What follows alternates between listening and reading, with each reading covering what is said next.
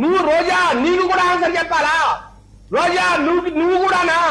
నీకు కూడా ఆన్సర్ చెప్పాలా అనే ఒక స్థాయికి ఆయన మాట్లాడారంటే సార్, ఈ ఆర్కే రోజా గారి స్థాయి ఏంటో, ఈమె బుద్ధి ఏంటో, ఈమెకున్న ప్రజల్లో ఉన్న విలువ ఏంటో ఒక్కసారి ఆలోచించారా? ఇలాంటి వ్యక్తులు మాట్లాడుతున్నప్పుడు వైఎస్ జగన్మోహన్ రెడ్డి గారు ఎందుకు వారించట్లేదు? ఎందుకు వారి మీద చర్యలు తీసుకోవట్లేదు? నేను సుడిగా ప్రశ్నిస్తున్నాను సార్. ఈ రోజు మీ ముందరే మీరు చూపించారు. ఈ రోజే కొడాలి నాని అసలు పత్రికా విలేకరులను, పత్రికా యాజమాన్యాలను, సార్ టీవీ యాజమాన్యాలను మాట్లాడుతున్నా ఆయన. సార్ ఆయన ప్రజలను, నాయకులను మాట్లాడట.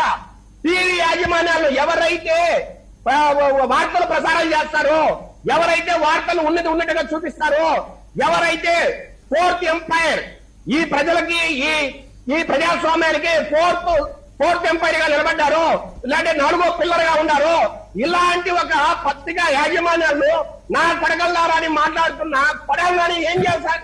పూర్తి చేయాలా లేదా చెప్పండి. ఇలాంటి వ్యక్తుల మీద జగన్మోహన్ రెడ్డి ఏం చర్యలు తీసుకున్నారో చెప్పాలి. అప్పుడు మాత్రమే ముఖ్యమంత్రి గారు కావచ్చు, లేదంటే డిప్యూటీ సీఎం గారు కావచ్చు, మీరు అడిగే ప్రశ్న ఉంటుంది. సార్ నేనంటున్నా, మీరు ఎక్కడ మతం గురించి, కులం గురించి మాట్లాడక, కులం గురించి స్టార్ట్ చేసింది మీరు, కుల కుంపట్లు పెట్టింది మీరు, అంబటి రాంబాబు దగ్గర తిట్టించింది మీరు. అంబటి రాంబాబు గారికి ఇంకొకరికి ఎవరితో సమస్య ఉంది, మీరు మాట్లాడుకోండి. ముఖ్యమంత్రి గారిని ఎందుకు వెళ్ళలేస్తారు మీరు? ముఖ్యమంత్రి తల్లి గారు ఎందుకు తిడతారు? లకారాలు ఎందుకు వాడతారు? రాత్రి తెలుసుకుందామని ఎందుకు మాట్లాడతారు ముఖ్యమంత్రిని?